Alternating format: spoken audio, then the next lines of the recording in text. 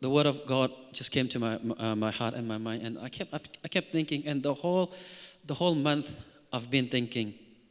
But what's funny is, as I'm preparing this, nothing came to my mind again. The whole week, the whole month, was it 2 weeks ago that Chin Chin sent me a message? Yeah, 2 weeks ago. I was like, okay, I'm going to preach this perfect timing.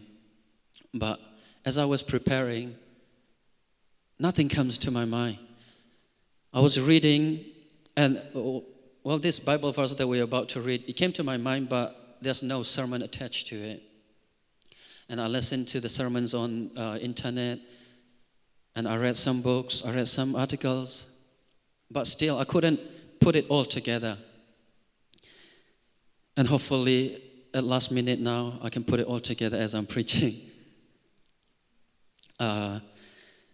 Let's read, if it's ready, let's read 1 Samuel 16.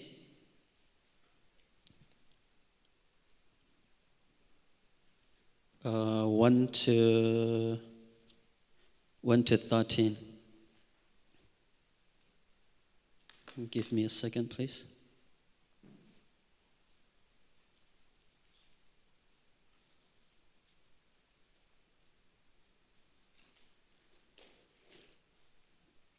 Right. Thank you. Let's all read together. The Lord said to Samuel, "How long will you grieve over Saul, since I have rejected him from being king over Israel? Fill your horn with oil and go. I will send you to Jesse the Bethlehemite, for I have provided for myself a king among his sons." And Samuel said, "How can I go? If Saul hears it, he will kill me." And the Lord said, "Take a heifer with you and say, 'I have come to sacrifice to the Lord.' And invite Jesse to the sacrifice, and I will show you what you shall do. And you shall anoint for me him whom I declare to you." Samuel did what the Lord commanded and came to Bethlehem. The elders of the city came to meet him, trembling, and said, "Do you come peaceably?"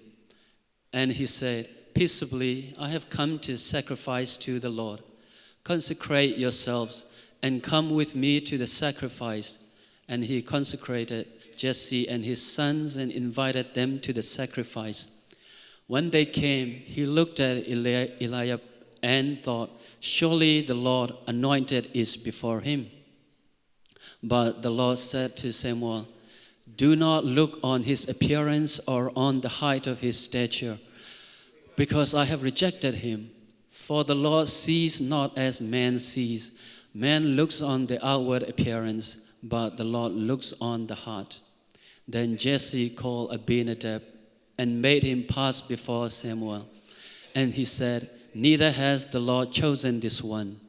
Then Jesse made Shammah pass by, and he said, "Neither has the Lord chosen this one." Let's continue until 13, please. Yep. While they're figuring it out, I'm going to read 10. Okay, let's read. And Jesse made 7 of his sons pass before Samuel. And Samuel said to Jesse, "The Lord has not chosen these." And Samuel said to Jesse, "Are all your sons here?" And he said, "There remains yet the youngest, but behold, he is keeping the sheep." And Samuel said to Jesse, "Send and get him, for we will not sit down till he comes here." And he sent and brought him in. Now he was ruddy and had beautiful eyes and was handsome. And the Lord said, "Arise, anoint him, for this is he." Then Samuel took the horn of oil and anointed him in the midst of his brothers. And the Spirit of the Lord rushed upon David from that day forward. And Samuel rose up and went to Ramah. And now let's read John 5, 1 to 6, I believe. Let's read.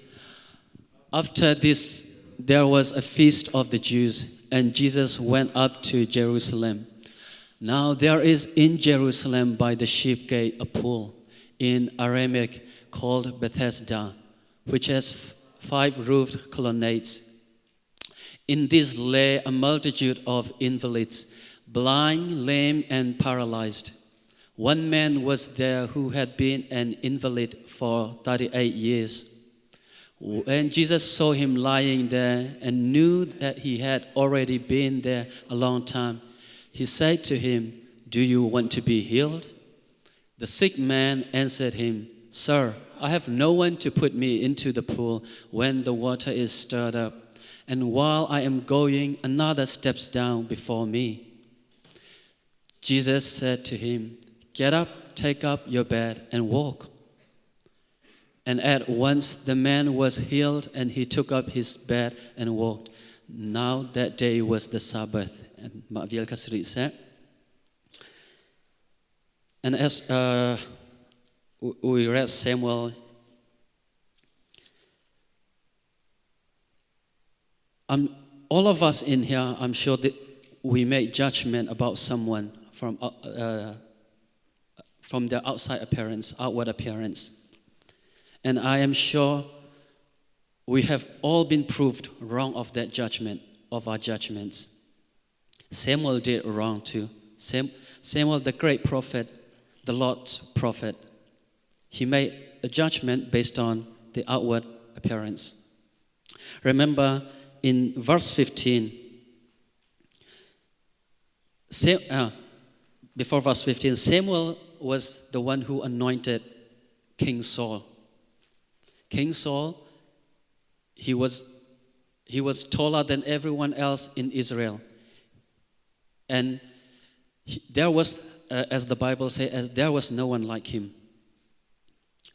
So from outward appearance, he was the perfect man for the job, for the king, to be a king. And Samuel was the one who anointed him. And here, because the Lord rejected Saul in verse 15, chapter 15, the Lord is looking for another king, while Saul is still a king.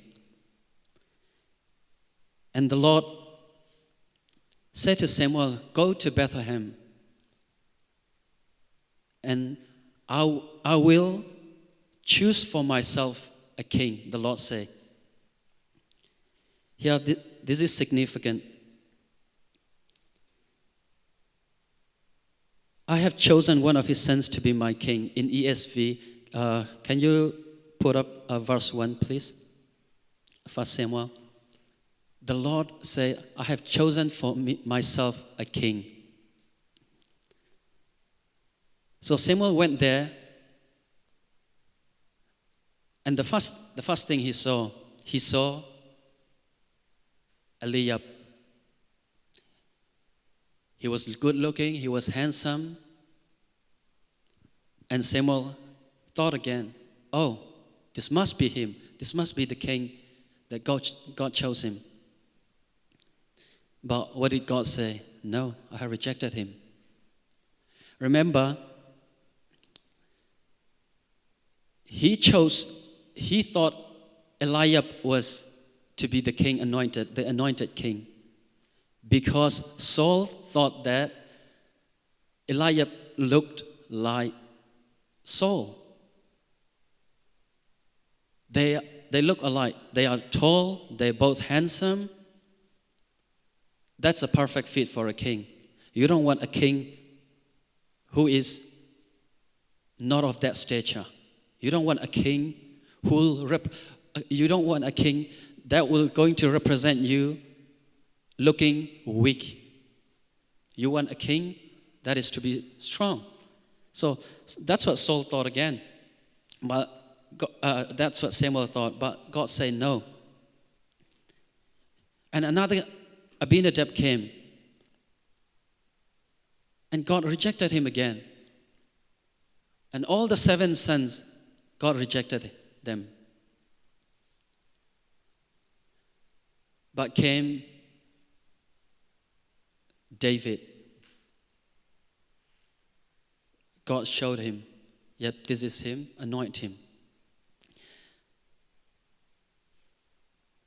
But what did David have too? David, he was in this present word, handsome. David was handsome. But it's not because of his handsomeness or not because of his ruddiness God chose him, because God chose him because of God looks at the heart. And here I want to explain a little bit of this, the heart. God didn't choose David because of David's heart. God chose David according to God's heart. This is important distinction. Because the heart, as the Bible says, is deceitful. Our heart, our human heart, our manness, our humanity is sinful. So when in this verse it says God looks at the heart, the literal translation would be God looks at according to his own heart. That means God chose him. God saw that and chose David. And this is applicable to us. God, you weren't born again because of your righteousness. If you were not chosen because you have high status, not because of your wealth, because God looks at his own heart. God looks at the heart and say, I will choose this person. Look among yourselves how God chose you. Was it because of what you did? When God chose you to be a praise and worship leader, were you so ready that God chose you? Or were you in like, oh no, why did they choose me? When God chose you, when God spoke to you at that moment, when you have that born again, that moment, were you at your highest? And we all have that moment. God didn't choose us because of what we can do, because of our status, because of our ability, but because God chose us when there is no hope in us, when we cannot do ourselves. Like the man by the pool.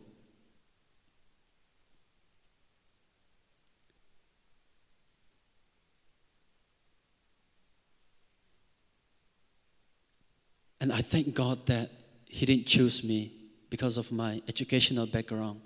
Because I look at my professors, they are so smart. And it would be undeserved of me for God to choose me. And I thank God that God didn't choose me because of my ability, because of my outward appearance, because there are millions of people who are better looking than me. I thank God that he didn't choose me because of my wealth, especially now I have none. I thank God so that I may not boast of why he chose me. I may not boast on my own, but it is God who did it for me. And I want you to think that for yourself. Whatever you're going through, whatever circumstance you may be in, God chose you. He let Jesus die on the cross to choose you. I want you to keep that in mind, not because of your ability. And if you look at the history, who did God choose? Look at the disciples. Were they of high noblemen, royal people? No. The everyday people, the ordinary people, the outcast, the fishermen, the tax collector, they were very hated, the tax collector. God chose them. And here is a warning to the leaders. I've been in a leader position for so long too. And sometimes we get caught up in the leadership. We forgot why God chose us. Leadership, it's about responsibility. It's about sacrifice. And sometimes we look at church leadership like governance, government leadership.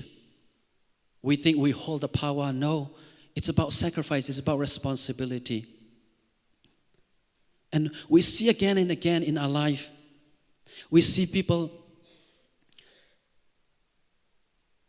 when we, as leaders, sometimes we do things and then it doesn't work out, and then we blame ourselves. We don't trust in God. Like the last time we saw in the youth camp, Rambi and we were talking about it. We thought there was nothing happening, as in no transformation, nothing. And we were like, is it really going well? Is it good, this camp? Was it a waste of time? But no, after that camp, testimonies came. One person, from the next person. So that's looking from the outside and judging. We didn't trust God enough in our decision making. We looked at the program and we see nobody jumping, nobody being happy, and we think, oh, God is not transforming anyone. But the seed of God, you don't see a seed growing from the ground. Like that, God's word grows in people's heart. And I want you to keep that for leadership, especially leadership team. I want you to keep that in mind. I want to encourage you that your sacrifice, your responsibility, and when you look at the youth, when you look at everyone in here, I don't want you to be discouraged. Because I faced that myself, and it's very hard on the mind, it's very hard on you. And that's the same as everyone here. You look at someone who's doing amazing job, and you ask yourself, God, I've been serving you all my life here. Why am I not doing like that? You see Joshua Van, and then you ask yourself, why? God, look at him, he's swearing and he's proclaiming at the same time. I haven't been swearing, I've kept my mouth shut, I've praised you, but why am I still in this situation? You say that all the time.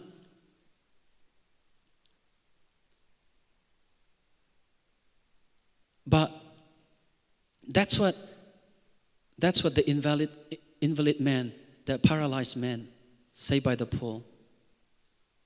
Lord, there's no one to help me. I've been here 38 years. I can't do anything.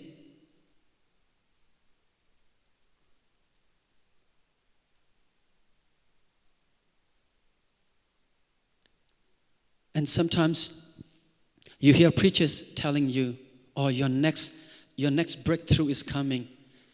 The next level is coming. And you try to grasp it, you try to hold it, and then you're like, oh, but my next breakthrough is not coming anymore. You forgot to be faithful in the present. You forgot to be faithful in the present. And you beat yourself up. You're looking for the next big thing again and again. You're looking for that adrenaline rush. You're looking for that breakthrough. but you forgot to be faithful in the present. And sometimes you don't know what you're doing. You start beating yourself. Here, even Samuel didn't know. Even Abraham didn't know where to go. But we must trust in the Lord. Remember, it's not because we are so good that God chose us. Because God looks at our heart. God looks at us and He loves us so much that He will walk with us. That's why He chose us to walk with Him. That He will carry us through the journey. He will be with us till the end. But it's very important that we stay faithful in our present, in our situation.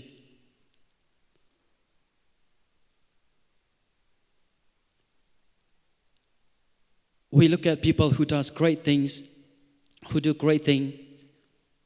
and then we want to jump ahead, neglecting our present responsibilities.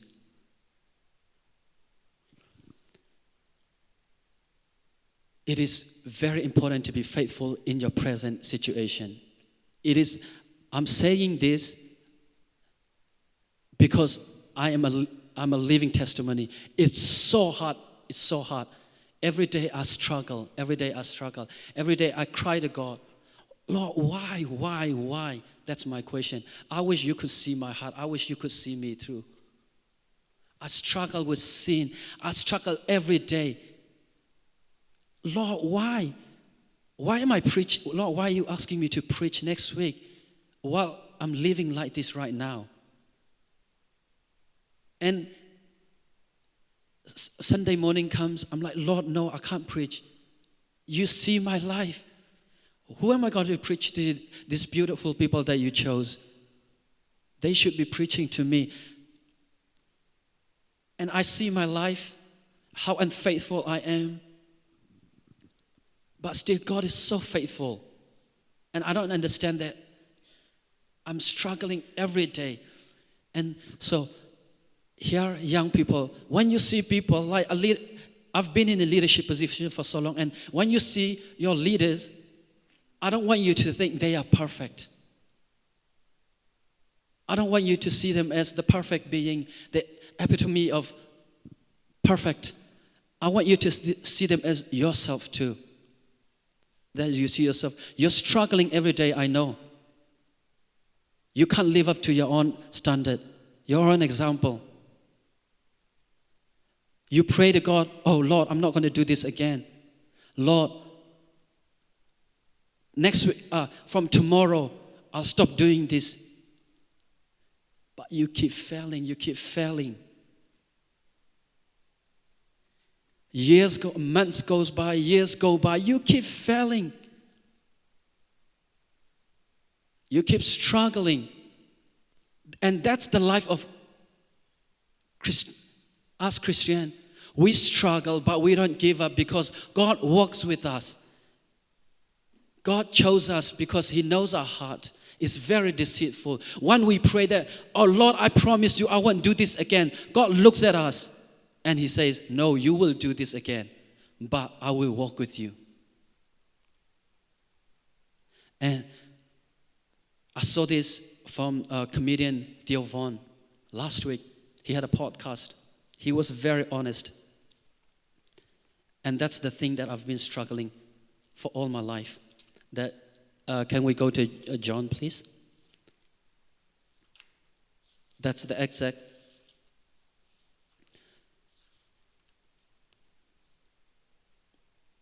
So Jesus asked, verse 6, please. So Jesus asked the invalid man, the paralyzed man, do you want to be healed? Or do you want to get well? That's a stupid question, right? He's been there 38 years. Of course he wants to be healed. And Thawng, that guy, he looked at this verse, and I never looked at this verse like him. And that spoke to me very hard. And Thawng, he said, do you want to get well? The Lord asked him, and he was like, he didn't even answer this. He's like, this is the hardest question I have ever faced. If I want to get well, then that means I have to leave my worldly desires, my sexual desires, my sins, my wealth, all of that. I have to get well from that. I have to be healed from that. Leave all behind to be a new person. And he said he's not ready yet. He's still struggling, Thawng. And when I saw that, I asked myself, do I want to get well? Do I want to be healed? Sometimes we think we are desperate, but we're not desperate enough. It is at our lowest of lows that we find God. In the depths of your heart, if you still think there's a little hill that you think you can do it, God will not move. It is at our lowest. You know it. I see it from my mom. She's been sick for so many years. We all thought, if you saw her picture when in 2005-06, it's grotesque. All her skin, she's so skinny. She didn't think she would be alive. But at that moment is when she met God. My mom, she's the strongest woman. She did. My dad was in Malaysia. She looked after all 6 kids. And she thought she was doing really well. That's when God took her away, took her health away. And God said, no, you tried too hard. You forgot about me. This is my mom's testimony. It's not my word. And that's when she met God. She thought she met God way before. She thought she knew God. But after God took her health away, that's when she met God. And it might be the same to us. In our lowest of lows, that's when we meet God. And here, this question, do you want to be healed? I'm asking myself, I'm asking you. Do you want to be healed? Are you desperate enough? Have you been waiting for 38 years? You know, in that time, the average lifespan for a man is 44 years. So that guy has been by the pool, laying down by the pool for more than 38 years, basically his whole life. He had no one to help him, no friends to help him. Other people, when the water moves, when the water starts up, they have help. But him, he has no help.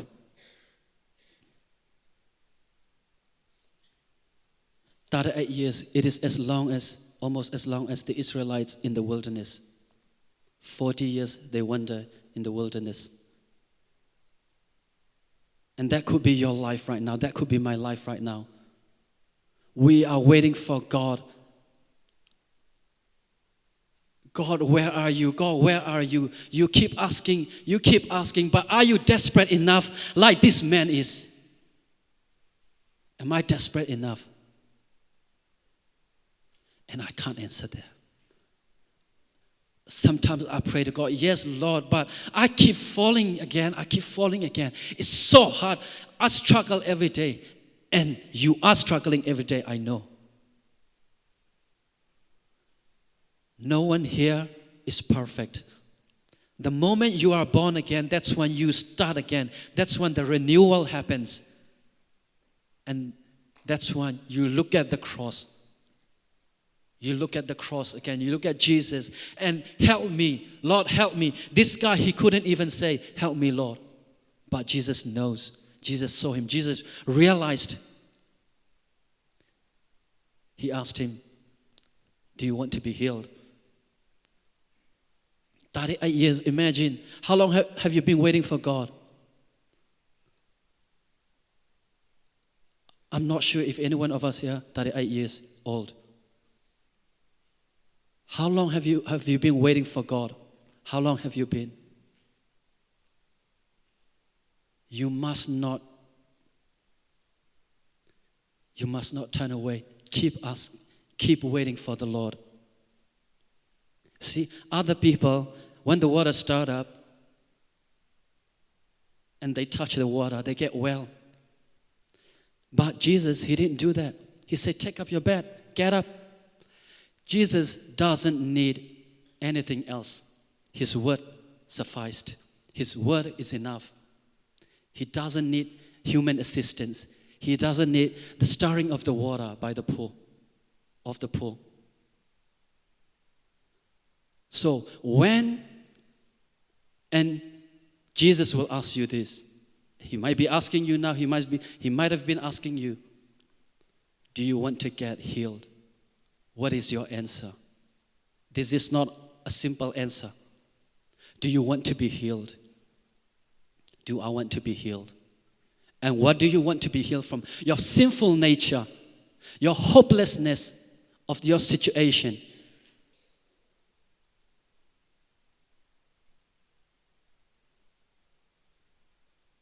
Because the moment we are born again,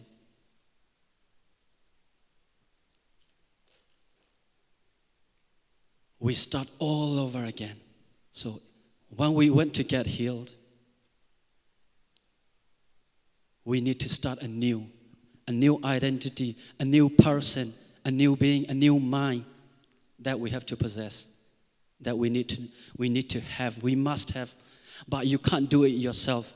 You can't do it with the stirring of the water. You can't do it with human help. You can't get self-help book. You won't get a new identity for self-help book. I've read so many self-help books. They don't help me. They change my behavior a little bit, but none of them works. In order, this question, this is the pinnacle of the question. This question, do you want to get healed? I'm asking you right now. And the answer I want you to give is yes. Lord, I want to be healed. I want to take off my mat and go. Because the baggage is too heavy. You can't go by yourself. If Jesus doesn't heal you, you can't go by yourself. You can't walk by yourself. Our whole being is Him. After you become a Christian, after you are born again. And I want you to keep asking Him, Lord, heal me, help me. Sometimes we forget that. We walk by ourselves. We look at other people. They walk so strong in the ways of the Lord. And we think to ourselves, oh Lord, I can't be like that. Lord, I'm struggling so hard. I can't be like that. But at that moment, I want you to ask Jesus, Lord, I want to get healed. I need your help. Holy Spirit, help me. Like we keep saying here, Rambi keeps saying, you don't need a long prayer. This man, Jesus asked him one question, do you want to get healed? That's it. And that man, he didn't even know how to say it. Sometimes you won't know how to say it. That's why the Spirit helps us in our groaning. Sometimes you just bawl out, you just cry. I know that because I've gone through that many a time. And when you look at me, I don't want you to see a perfect Avan. I want you to see a struggling Avan. Like you, how you are struggling, how you are so imperfect. Even at church, how you can't sit still, how you have to look at the phone to distract yourself. Even for 3 hours, we can't sit still. We can't do. Our whole life, we must have a new identity. And God knows that. God knows that. That's why God, when He chose David, He didn't look at his outward appearance. He looks at the heart. Because we have heard it many times. David has the heart of God. And I want you to be like David. I want you to get healed. I want you to be healed. And when Jesus asks you, do you want to get well? I want you to answer, yes, I want to get well. God bless you.